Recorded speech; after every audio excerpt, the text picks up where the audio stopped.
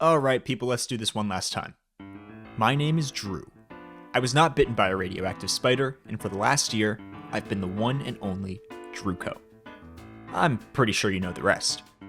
I successfully hardcore Nuzlocked Pokemon Renegade Platinum, wrote a love letter to Professor Layton in the Curious Village, discussed Avril Lavigne and Super Mario Sunshine in the same video, and then I played even more Pokemon. And some more. Oh, and I also did this. We don't really talk about this. Look, I'm a real true businessman, a thinker, did a Drew Years album, I have an excellent theme song, and a so-so album cover. I mean, I've looked worse. And through everything, I still love being Drewco. I still love hardcore Nuzlocking absurdly difficult Pokemon games. So no matter how many hits I take, I always find a way to come back. Because the only thing standing between this world and one fewer hardcore Nuzlocke video is me. There's only one Drewco, and you're looking at him.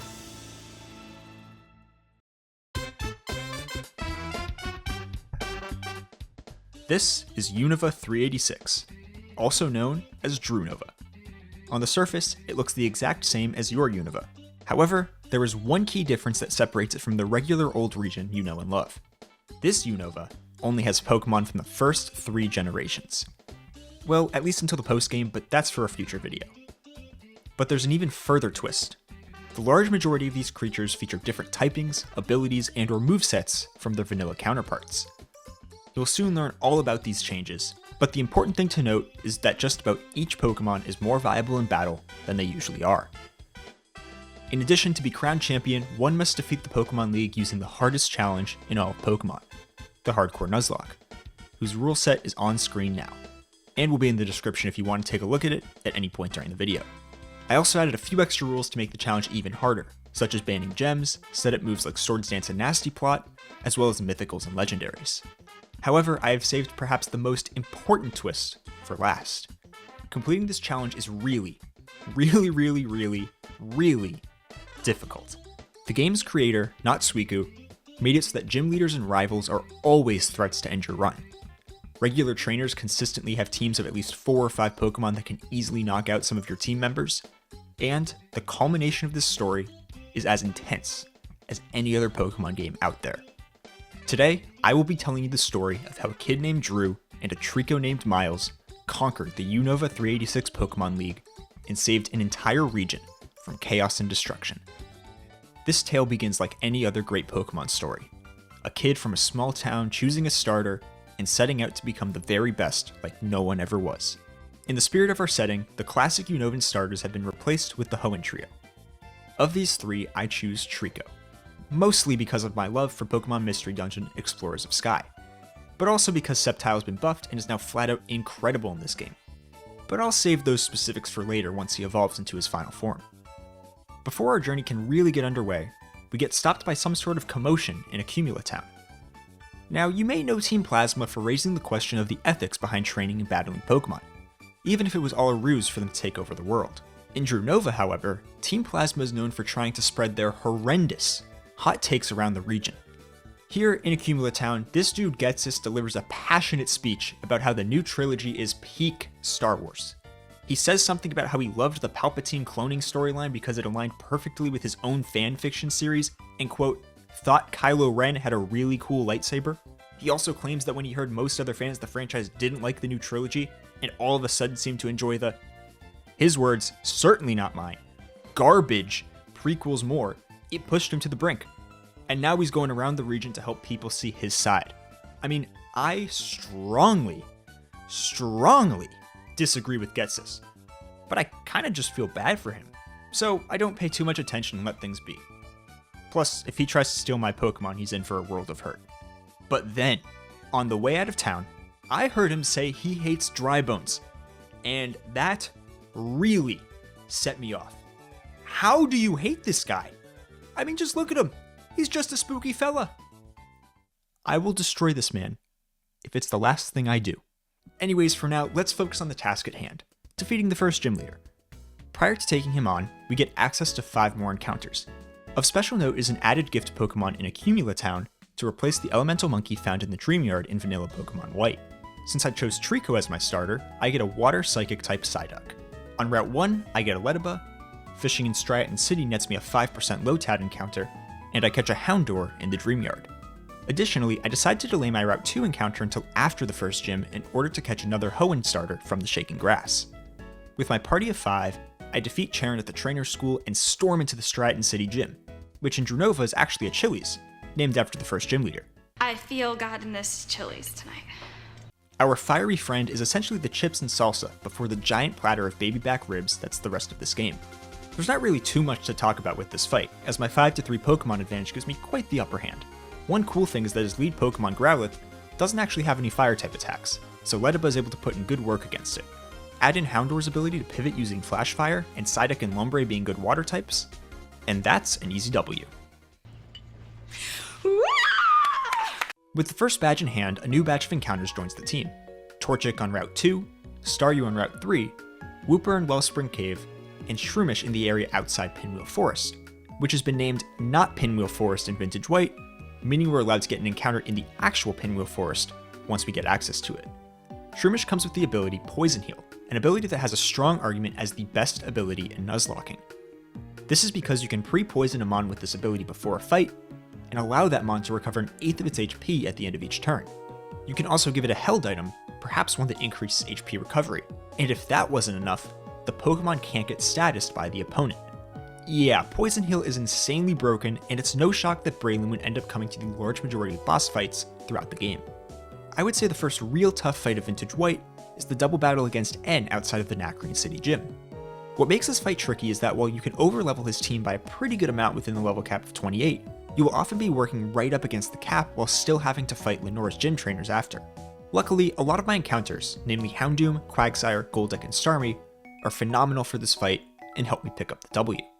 Before getting to Lenora, it's worth describing how the Generation 5 Switch-In AI works. It's actually one of the simplest ones in the entire series. Basically, the AI looks at all of its remaining Pokemon's moves and finds the move that has the highest base power against the mon you have on the field. In this calculation, the AI takes into account type effectiveness, but not stab. In the case of a tie, the AI chooses the mon that is the earliest in team order. For double and triple battles, the AI chooses any of the mons you have on the field at random, and then makes a decision on who to send out based on that Pokemon. Again, it really isn't all that complicated, especially when compared to some of the earlier generation games. Lenora is the first in a long line of difficult gym leaders in Vintage White, in large part due to the limited number of encounters you have, as well as the rarity of normal resists or immunities. Her lead Lickitung is a bulky normal type with buff defenses holding an Eviolite.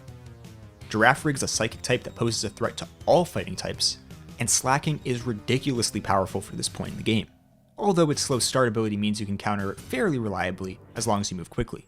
And if that wasn't enough, she has a Kecleon, who received one of the wilder buffs in this game, as it's now a normal ghost type with these stats. Oh, and adaptability. Yeah. With all that said, I have a couple of the better encounters for this fight in Poison Heal Breloom, as well as good supplementary options like Houndoom, Ledian, and Quagsire.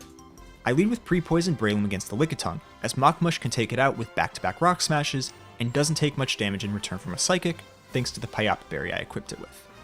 Lenora responds with Girafarig, but she was not prepared for the power of Ledian, who is one of the best counters for this long-necked Psychic type, and makes quick work of it with a single Technician-boosted Bug Bite. In the vanilla games, Lenora relies on a strategy built around Retaliate, a move introduced in Generation 5 that inflicts double damage if a teammate fainted on the previous turn. And here, Lenora uses this strategy with her Vigoroth, and even gives it a normal gem to inflict even more damage. I don't have anyone in my box who resists this move, but Quagsire holding a Cheelan Berry is perhaps my only option that isn't dead to crit here. After Quigley eats the mega boosted Retaliate, it's safe for Breloom to come back in and Oko with Rock Smash. Now it's time for Kecleon, which I luckily have a good counter for in Houndoom with Beat Up. For Slacking, I go back into Breloom, who has no problems pummeling the lazy Pokemon as well as the Persian that comes in after. And that's 2 badges down. It's now time for a section of the game I like to call Crustacean Craze. The next 3 encounters net us 3 crustacean sensations. I first fish up a Corphish on Route 4. I feel like Crawdon is a really underrated Pokemon in this game, but that's mostly because my Pinwheel Forest encounter, Kingler, steals the show as one of the stars of Vintage White. It is now a water steel type with plus 5 HP and plus 40 special defense to make it significantly bulkier. And if that wasn't enough, one of Kingler's 2 abilities in vanilla is typically Hyper Cutter, but now it is the much better Sheer Force. As for the final encounter of this split, Route 4 has both of the Generation 3 fossils, Lileep and Anorith, lying on the ground. While both mons are really good, Armaldo specifically is great to have for the upcoming fight against Berg, so I head back to the Nacrene City Museum to get my Anorith. Now I know what you're thinking. As crustaceans, these Pokemon are in part known for their shells, and therefore must have shell armor for an ability, right? Well, you are indeed correct. However, each mon only has a 50% chance of having said ability. So, how did I do? Yup, that's right. I went 0 for 3. I have Sheer Force Kingler, Adaptability Crawdaunt, and Swift Swim Armaldo. These are by no means bad abilities. In fact, they're actually quite good and will be very helpful throughout the run. But Shell Armor is typically one of the best abilities in Nuzlocking, so it's a bit of a letdown to not get it even once at this point in the run. Next up is Berg, the big bad boss of the early game. He is the first of 3 double battle gym leaders and is no joke. He leads with the buff duo of Illumise and Volbeat, the former now being a Bug Psychic type and the latter Bug Electric. And the rest of his team is stacked with a few of the most powerful bug types in the game. Illumise is a threat to set up Quiver Dance and sweep through my entire team, so I take it out quickly with Bug Bite from Ledian. Berg then sends out his Yanmega. Armaldo can kill both of Berg's Pokemon on the field this turn with Rock Slide, but Ledian is in danger of being killed by a Hurricane from Yanmega, so I switch it out to Quagsire to any potential incoming attacks. Berg fills the 2 empty slots on the field with Dustox and Heracross. In response, I switch out both of my Pokemon, but this leads to Ledian eating a Skill Link Bullet Seed. At this point, I know Ledian needs to go down to ensure a safe victory. Heracross sees a kill on it and not on Kingler, so I make the difficult decision to chip down Heracross and let it take Punchy out with Rock Blast. While it definitely hurts to lose the first mon of the run, Ledian's death sets me up to bring in Houndoom for free to outspeed and kill Heracross. It takes a clutch crit dodge from Penny, but she and Mr. Krabs are able to break Scisor's Focus Sash and kill Dustox in the same turn. I can then send in Combuskin to outspeed Scizor and bring home the 3rd gym badge. But before we move on, rest in peace, Punchy the Ledian, and thank you for all your hard work and your sacrifice. We've officially escaped Purgatory and reached midgame. While heading north towards Nimbasa City, we get stopped by both Bianca and Charon and have to fight each of them. The Bianca battle was pretty easy, and so was Charon, but I do want to highlight the particular strategy I used to beat him. This battle on Route 4 is a double battle in which Charon leads with a Drought Flareon and an Ice Rock type Glalie. I want to OHKO the Glalie with Kingler on the first turn, but Glalie outspeeds and Kingler will be susceptible to critical hits or double targeting on turn 1 if I don't come up with a good strategy. Thus, I use the way double battle AI works to my advantage. When an AI Pokemon attacks in a double battle and doesn't see a kill on either of your Pokemon, it will choose one of your mons at random to attack, and then choose which attack to use. The same is true if it sees kills on both of your Pokemon.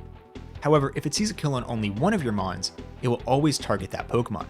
So, I lead with Breloom alongside Kingler here. Both of Charon's mons see kill on only Machmush, so I swap it out for Flashfire Houndoom, who absorbs Flareon's Flame Wheel and tanks Glalie's Icicle Crash. And Mr. Krabs can swoop in and kill Glalie with Iron Head. This is a strategy that I use in double and triple battles throughout this run, as well as a plethora of other games. So for the sake of simplicity and brevity, I will call it Appetizer Strats. From here on out, the battle is relatively straightforward, and we can continue our journey towards Nimbasa City. Now the map opens up quite a bit, and 5 new recruits join the team. Trapinch from the Desert Resort, Storm Drain Lileep from Relic Castle, Adaptability Cyndaquil from Route 16, Quillfish from Lost Lorn Forest, and Mareep from Route 5. Mareep's static ability will help out with future encounters, but more on that later.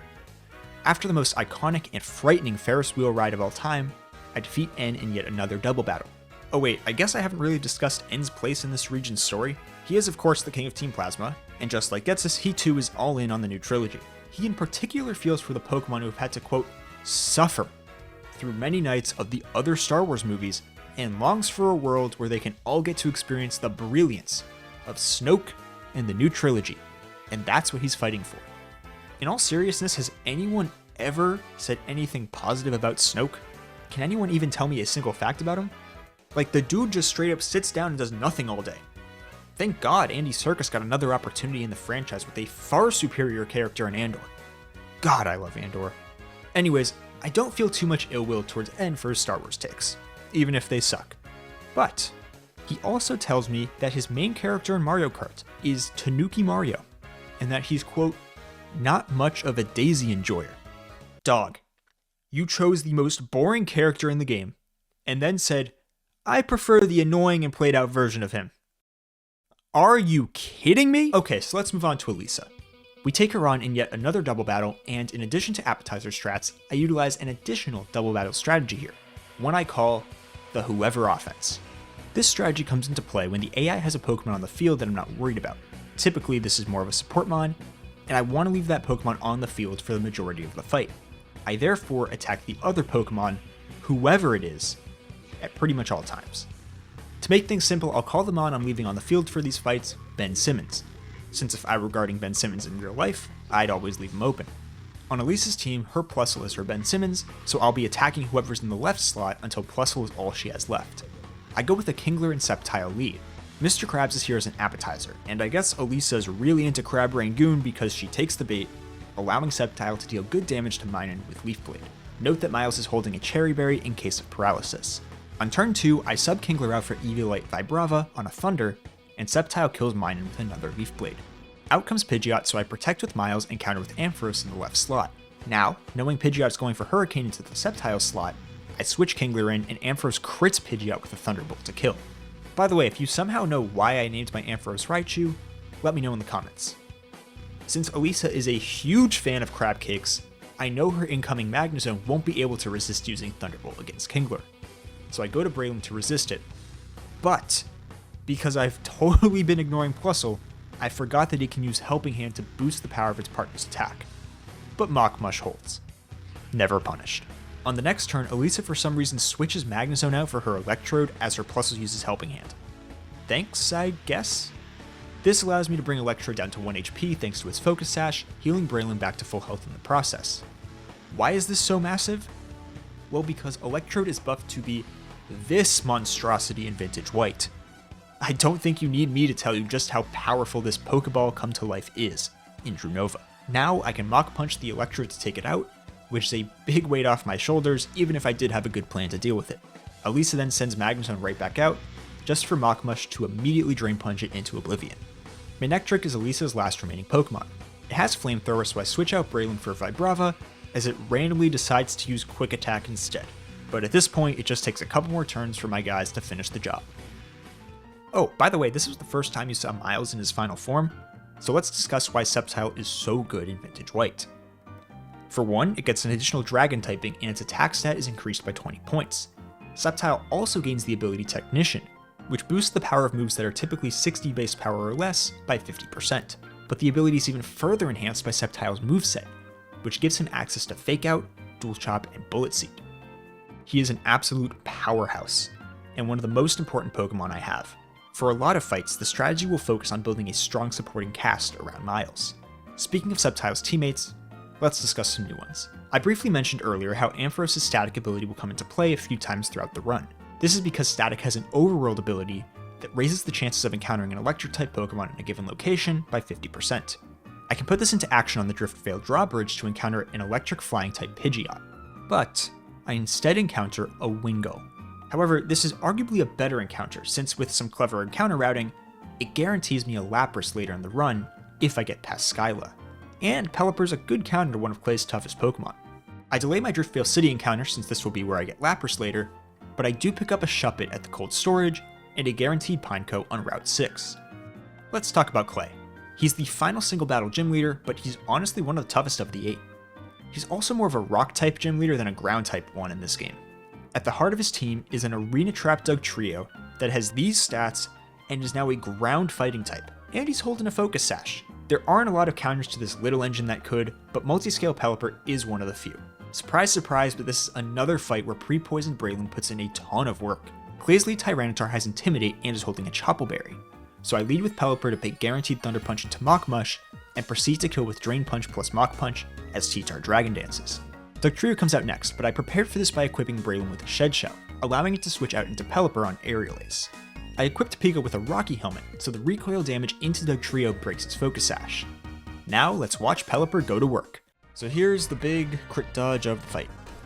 We are dead to some rolls of close combat crit.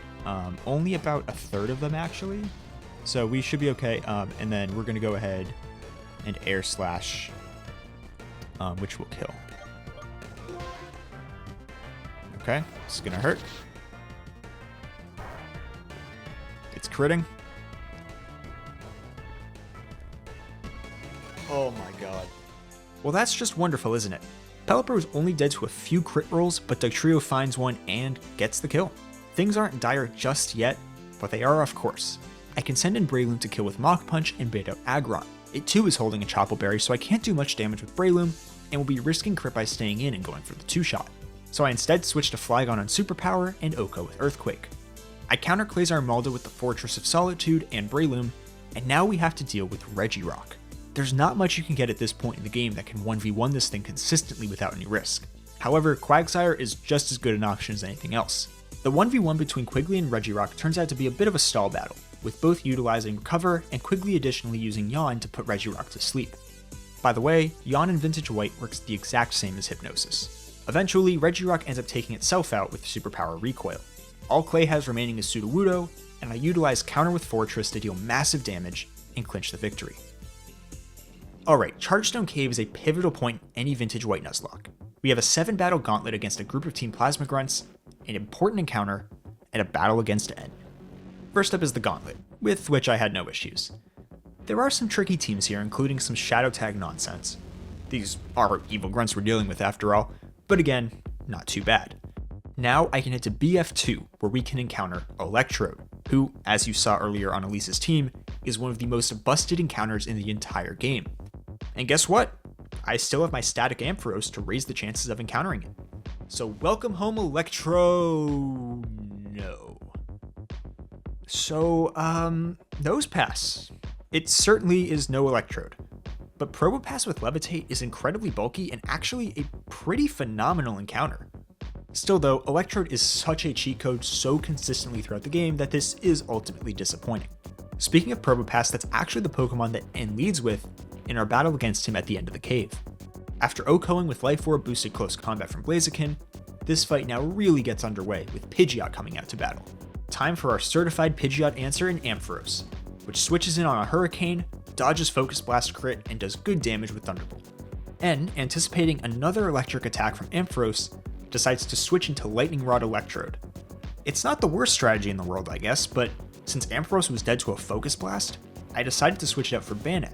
To be honest, I don't know why N didn't just take the opportunity for a kill, but this does make an already difficult fight infinitely scarier since my plan has been thrown off pretty significantly. Expecting a Thunderbolt, I bring in Flygon for free. I have to dodge a crit on Flash Cannon, but HG does and responds with an EQ to bring Electrode down to its Focus Sash. Electrode kills Flygon with another Flash Cannon and outspeeds everything on my team, so I need to get a Mon in with a priority move. The only such Mon on my team is Banette, so I go to her, dodge yet another crit, and then kill with Sucker Punch. I then change this into another Sucker Punch kill against Pidgeot, and N sends out Kingler. Oh wait, you thought crit dodging was over? Nope. Kingler sees kill on Banette with 3 moves: Earthquake, Iron Head, and Waterfall, the latter 2 of which would also kill Flygon with HP this low. As such, my only option is to bring in Quillfish since it can get Intimidate off and resist 2 of the 3 potential incoming moves. Unfortunately, I get the short end of the stick here with Kingler going for Earthquake. Luckily, however, Overqwil dodges the crit and baits another EQ into Flygon, who proceeds to outspeed and kill the crab. The nice thing about Flygon being this low in HP is that it baits guaranteed Bullet Punch from N's next Mon, Metagross. This means I can easily switch in Typhlosion and then one-shot with Flamethrower. As for N's final Mon, Sableye, this thing wants to use Trick to swap its Toxic Orb with the item on your Pokemon. Since Ampharos has already done all it can in this fight, I go to it on Trick and Sableye ends up with a useless Shuka Berry. It then takes Typhlosion, stalling it out, it protects and recovers, but Bob eventually gets the job done. We can now exit Chargestone Cave and enter Mistralton City. This marks a very important part of the game, as this is the city in which the Move Relearner and Move Deleter reside, allowing for significantly more flexibility with movesets for the remainder of the game. And since you can thief heart scales off of Wild Love Disc, we get to utilize their services infinitely. We also get access to 2 new encounters: Electabuzz on Route 7 and Murkrow on the roof of Celestial Tower. Both of these additions will be crucial in the upcoming gym battle against Skyla.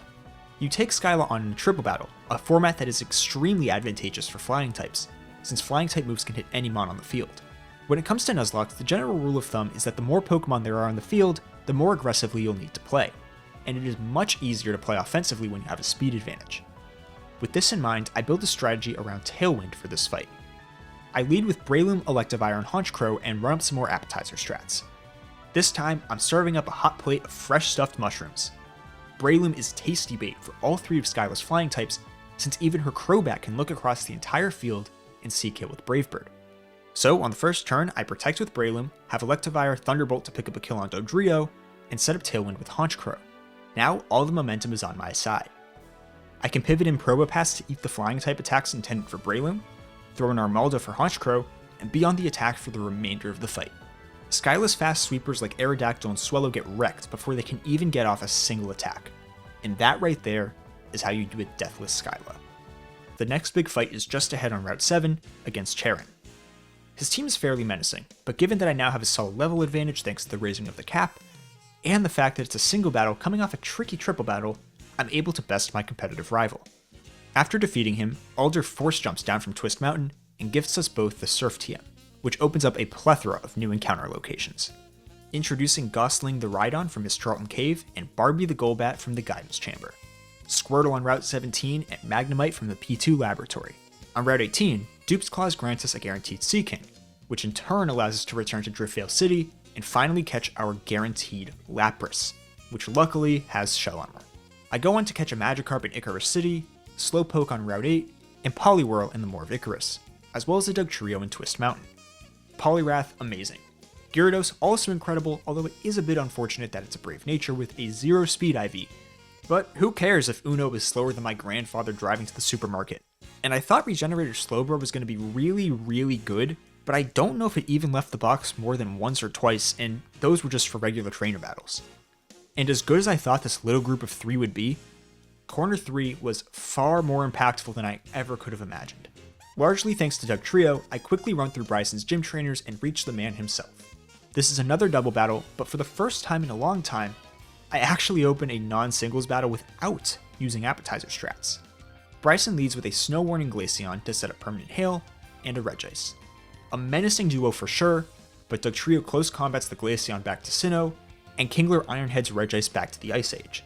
Lapras and Jinx come in next, and while I technically didn't lie, it is indeed time for some appetizer strats, baby! This time, Dugtrio represents a hot plate of cheesy mozzarella sticks that Bryson's ice types just can't get enough of. Bryson has both of his Pokemon use Blizzard, but I protect with Corner 3, and Kingler doesn't take much damage before OHKOing Jinx with Ironhead.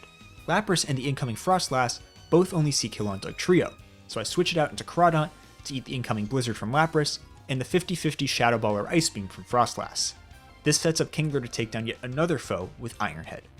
Bryson is now left with Lapras and Walrein on the field, but they simply can't do enough damage to Poliwrath, and with a few Drain Punches, we put the icing on the cake that is our 7th gym badge. Upon exiting the gym, we are interrupted by the Shadow Triad, who explain that Team Plasma has taken over Dragon Spiral Tower. Bryson puts a hold on his gym battle against Charon, and we all head north of the city to fight Team Plasma once again. This marks the beginning of the longest Team Plasma gauntlet in the entire game. 8 grunts in Dragon Spiral Tower, and 7 in Relic Castle after that. I catch a Bagon on my way to steamrolling the grunts in the tower, which is capped off by a back-to-back-to-back-to-back fight, where the first 3 grunts each have a Reggie, and the final one has a Jirachi. Relic Castle poses a bit more of a threat as we creep closer to the level cap. But these are a bunch of non-Drybones enjoyers. Do you really think I had any trouble against them?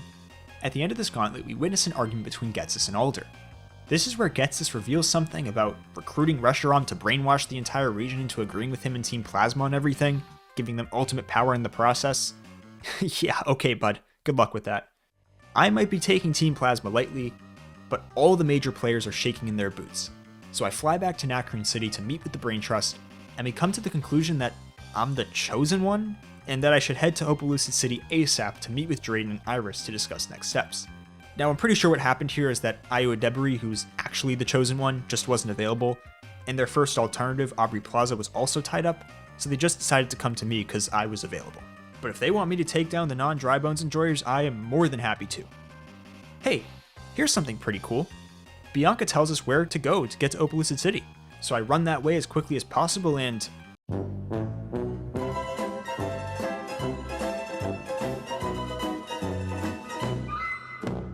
Not only does Bianca do this for no reasonable reason, but this is legitimately a tough fight. And to make things worse, I forgot that this fight is fought in permanent rain, throwing off my entire plan right from the jump, and leading to me losing Blastoise because of it. The big guy is basically just Lapras at home, but unplanned losses always hurt more when they're directly your fault. Rest in peace, buddy. After a short little cutscene where Ghetsis argues for why BB-8 is by far the best droid in the entirety of Star Wars, it's time to battle Iris, the 8th and final gym leader, in a triple battle. The plan here is very similar to the one I had for Skyla, as I lead with Breloom, Gyarados, and Honchkrow. It turns out that Iris is also a huge fan of stuffed mushrooms. Pre-damaging Breloom here baits moves from all 3 of her Pokemon thanks to Salamence knowing Brave Bird, so I have Mach Mush Protect, Honchkrow set up Tailwind, and Gyarados chip down the Flygon with Ice Fang. On turn 2, I can utilize Tailwind to kill Flygon with Gyarados Ice Fang, and switch Breloom out for Probopass as well as Honchkrow out for Choice Specs Lapras. Dragonite comes in for Flygon and sees kill on Gyarados, so I Power Gem it to break its multi-scale ability, Protect with Gyarados, and kill Salamence with Lapras Dragon Pulse. Now Probopass and Gyarados can team up to kill Dragonite, and Lapras can Dragon Pulse the incoming Blastoise to death. The fight now becomes a 3v2, and it doesn't take much longer for us to secure the W. Now things get really fun, as the level cap becomes 100 and I no longer have to worry about EXP management. We also have a huge level advantage on the trainers on Route 10, including Charon, who we take on one final time in what turns out to be a pretty simple fight. I have 2 more encounters before the Elite Four. The first comes in the Doubles Grass in the Badge Gate, which is technically part of Route 10, where I encounter Tusk the Donphan. And then, with our final encounter in Victory Road, I run into a god.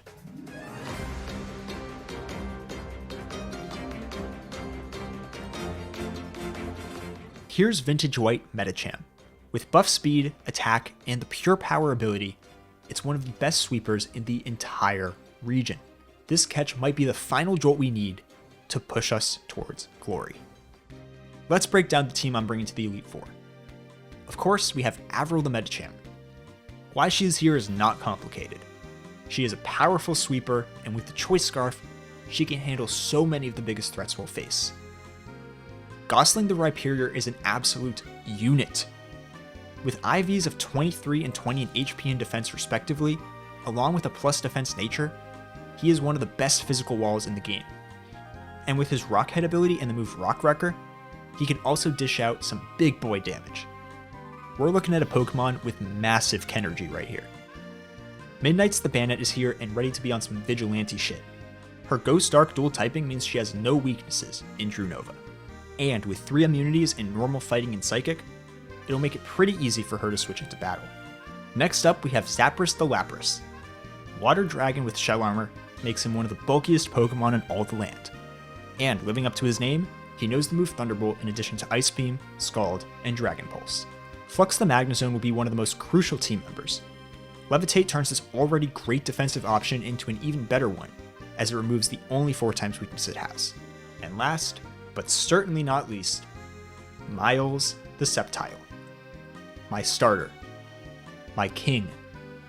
Another fast sweeper. Fake Out, Dual Chop, and Bullet Seed will all come in clutch. This Drewniverse Elite Four is as tough as any out there, so without further ado, let's ride. First up on the docket is Chantal and her ghost types. Her lead Sableye immediately presents a problem, as I have very few options who can 2-shot it. However, one such option is Rhyperior, who I give a Lumberry to protect against Will-O-Wisp, and he takes down Sableye with a pair of Rock Wreckers. Her next mon is Zangoose, and we now see the debut of Avril the Medicham. She is a fast fighting type sweeper, and Zangoose is a normal type. Can I make it any more obvious? Chantal counters with Bandit, but unlike Midnight's, her Bandit is the anti-hero, and I counter with Magnezone to take her out. And now it's time for my Bandit to cook. Her Gengar only has attacking moves, so Midnight's can Sucker Punch for the kill. Against Kecleon, she outspeeds and OHKOs with Night Daze. And finally, a Night Daze puts Lunatone in the yellow, and since it decides to Calm Mind, its fate is sealed on the next turn when Midnight's kills with a Shadow Force. In a flash, the bright day turned into a dark and stormy night for Chantal, as she got hit by some powerful Midnight Rain. The choice for who to fight next is an interesting one, and I ultimately choose Grimsley, my toughest matchup.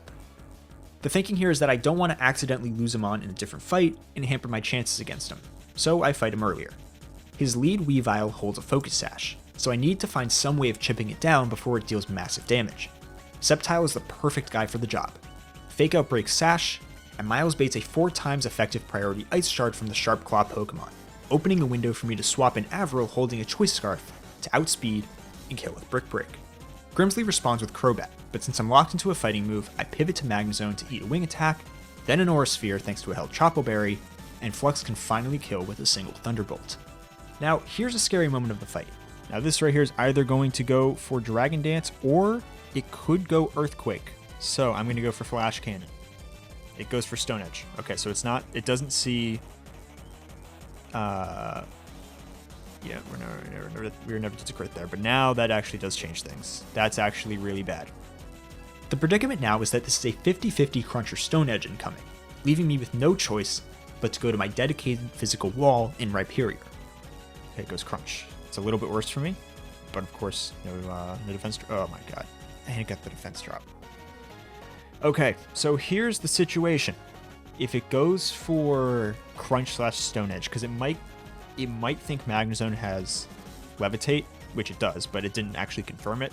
If it thinks Magnezone has Levitate, it shouldn't use a ground move. If it goes for Earthquake here, I'm not dead, but I am dead to crit, and it makes things really, really awkward. It could also go for Dragon Dance. So several situations here that could be pretty rough.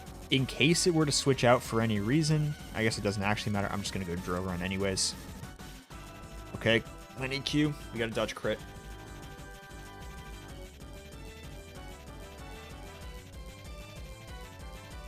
Never punished, Rhyperior Drill Run for the kill. The next portion of the fight is a Lapras Stallfest. Zapdos outlasts Houndoom, and then proceeds to stall out Muck thanks to an AI quirk. After stalling Muck out of Gunk Shot PP, the Toxic Sludge begins exclusively going for Fire Punches over Stab Knockoff. I'm not totally sure why, but if I had to guess, I would think it's because it already knocked off Lapras' leftovers. With no held item remaining, Muck didn't see a reason to go for Knockoff. All that's left is for Bandit and Sceptile to team up to counter Grimsley's Grumpig and secure victory. Marshall might be the most interesting Elite Four member in Vintage White, because he has been changed from a fighting type master to a ground type one. Not only that, but we fight him in a permanent sandstorm, making him an even more imposing threat. His lead Swampert is holding a Rindo Berry to reduce damage from grass type moves, but Miles does not care whatsoever and kills with Bullet Seed. This baits out Flygon, and Sceptile's Dragon Fang provides just enough power to KO with Dual Chop. Kingler is next. The Crab's power has been well documented over the course of this run, so I need to be careful. My safest switch in here is Magnezone on an incoming Meteor Mash, but Flux gets crit. The path forward is now a lot murkier, as instead of baiting guaranteed Rock Smash, it becomes 50-50 Rock Smash or Waterfall, meaning I can no longer simply switch to Medicham here. In times like these, the best option is Lapras, since he has Shell Armor. Lo and behold, it ends up being Waterfall, which is great. Now it's guaranteed Rock Slide, which also works for Medicham to switch in on.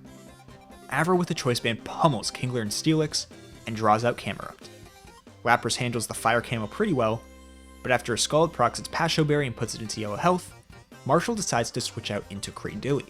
This is a really similar situation to when I was fighting N in Chargestone Cave, and he switched out to try and take advantage of a special attack raising ability. The thing about Cradilly, however, is that it is easily walled out by Flux. Camerupt comes back out at the end, so it's simply Lapras time once more. And Zapdos gets the job done. The final Elite Four member standing in our way is the Psychic-type Master, Caitlyn. And the clock is about to strike midnight.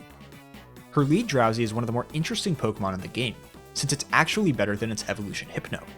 It can be a major pain, but Banna is a great counter and takes it out in 2 hits, and chains this kill into a Sucker Punch OHKO versus Jinx. She could one-shot Alakazam too, but it's holding a Focus Sash. Bandit's typing baits guaranteed Thunderbolt, so I go to Miles, Fake Out, go back to Midnight's on Psychic, and finally kill with Sucker Punch.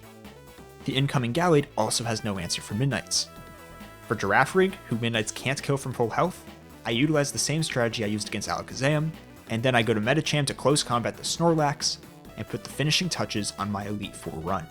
When I said Midnight's was about to go on some vigilante shit, I wasn't kidding. She was fearless. With the reputation she built up from this Elite Four performance, she's gonna live in folklore forevermore. I need to stop. Not because I've made too many Taylor Swift references. You really can never make enough, but I need to save them for future videos. Anyways, you know what happens next. Team Plasma reveals their giant castle that was here the whole time because obviously they built a giant castle right under the nose of the Elite Four, who had no clue what was going on. Then the gym leaders all epically show up to save the day and clear a path for me to go take down N and Getsus. This is without a doubt the hardest part of the game. A back-to-back against two of the toughest trainers in Drewniverse. Allow me to break it down. By far the toughest aspect here is that in the second fight, Getsus leads with a Shadow Tag Gengar holding a Focus Sash. So you either need something that can take it out with a multi-hit move on turn 1, or a Mon with a switch-out move like U-Turn. You might be thinking, and rightfully so, what about a Shed Shell? Well, unfortunately, there's a glitch in Generation 5 that doesn't allow you to utilize the Shed Shell when you lead with a Mon holding one. So, that's great. That's wonderful. One of my few options is Sceptile, who can kill with Dual Chop as long as he's holding a Life Orb. However, it makes the fight against N significantly riskier. But more on that in a minute. In the fight against N, one of the keys is playing around the Ditto he has at the back of his party. For this, my strategy is to route the fight such that I have Medicham on the field when Ditto enters play. Medicham only has Psychic and Fighting moves, so when the Ditto transforms, it won't be able to touch Banette. Here's the team I'm rocking with. Medicham, Sceptile, Banette, Magnezone all return from the Elite Four team. And we have two additions, Uno the Gyarados and Ceasus the Sea King, who will both play crucial roles. When you're in a tough position like this, you sometimes have no choice but to lean on your superstars and let them carry you to the promised land. And so, after a day of planning and me running out of time to run up the fights because of an impending vacation, I wasn't sure I'd truly ever be ready for these fights. Ultimately, I decided I would be implementing an incredibly risky strategy. Dodge every crit with Avril the Medicham. No, seriously, I can lose on the very first turn against N because I'm betting on one of my best Pokemon to hold. That's the best I could come up with in a limited amount of time. But in the end, isn't that what Pokemon's all about? Trusting the little creatures you encounter along your journey? Watching them grow? Developing tight bonds with each and every one of them? How will I know when I'm ready for these fights? I won't. It's a leap of faith. That's all it is. A leap of faith. And I'm putting my faith in Avril the Medicham. So, listen, I ran the numbers, and these two fights are really difficult to prep for. I have my eyes on post-game as well, so just sacking a ton of things here does not fly. Now, the original plan I was thinking was this always baits Sludge Bomb, so we went to Magnezone, who's going to bait Earth Power into Medicham. The issue is this. The AI is going to assume that Magnezone has Levitate unless proven otherwise, and so it's not going to bait Earth Power, it's going to be Leaf Storm. We can't afford Leaf Storm. So, what I have decided is that if I dodge one crit, I'm going to win. I realize at certain points I'm going to need to dodge crits. That's just what it is. I'm putting it all on the line right here. Let's do it. Here we go.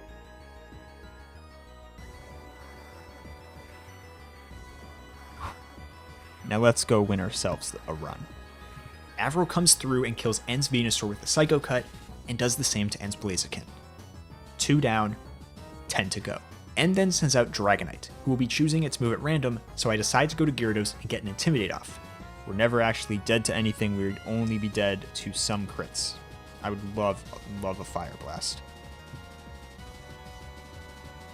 Let's go.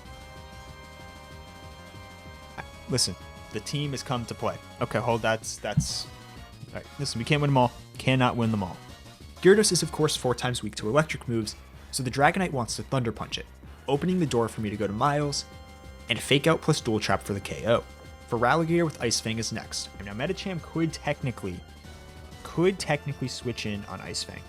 However, I like playing it safe. I do not want to have to deal with any sort of freeze nonsense. We're too close. Magnezone's not needed at all for this fight.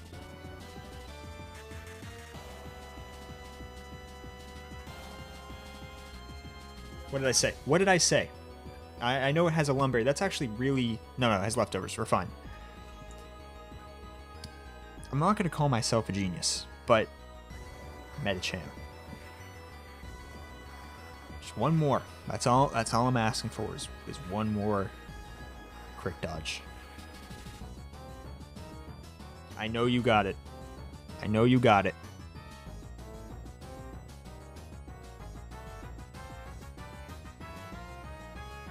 Medicham's got me. What an absolute legend.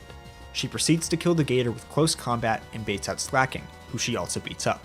N's final hope is Ditto, but as I outlined earlier, I have a perfect strategy. Good night, N. Ordinary Trainer. Ordinary Trainer?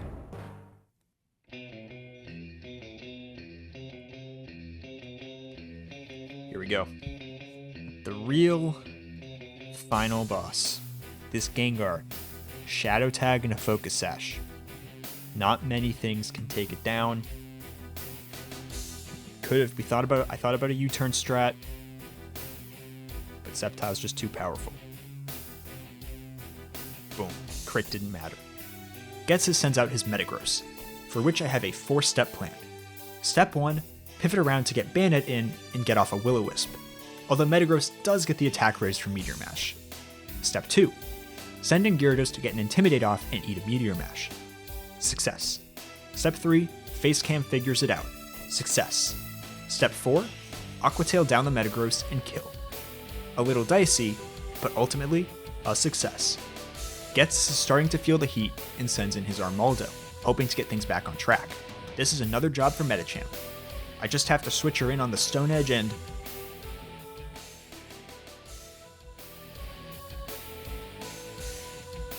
Don't worry, Avra was never dead to crit this time. After yet another Medicham close combat Oko, Gyarados comes in. On a 50-50 Brave Bird / Earthquake, I win the 50-50 and switch Magnezone in on Earthquake. Flux tanks an Aqua Tail and responds with a Zap Cannon. Now it's Dugtrio time.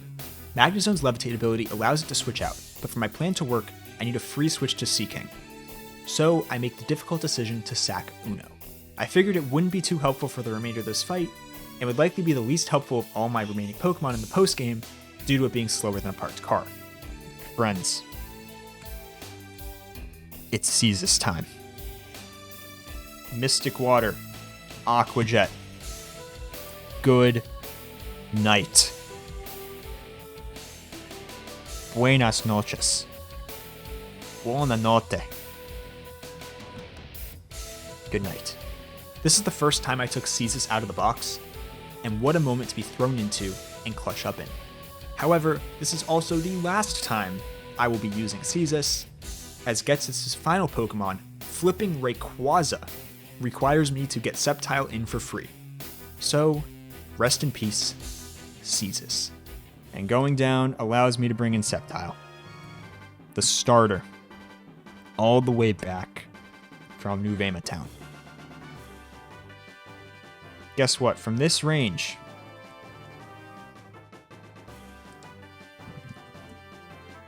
I don't even need to fake out. With a single dual chop,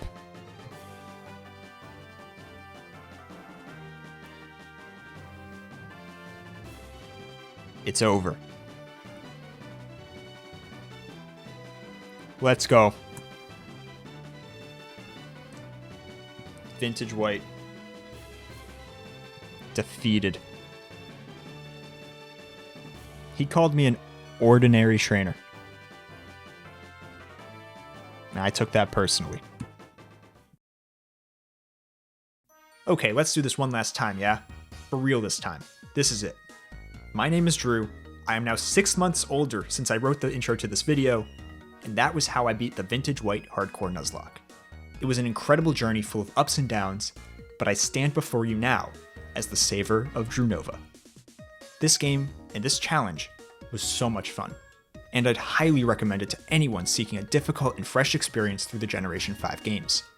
A big thank you to NotSuiku for doing such an amazing job crafting this game. If you enjoyed this video, please consider liking and subscribing if you want to see more. There's a lot more content on the way, so stay tuned. I'm also already working on my next Nuzlocke challenge, which you can catch live over on Twitch. The link to my Twitch channel and Twitter will be in the description. and feel free to leave a comment about your thoughts on my run, or even about your own journey through Vintage White. I'd love to hear about your experiences. Thank you so much for watching, and I'll see you next time. Farewell. Until the post-game.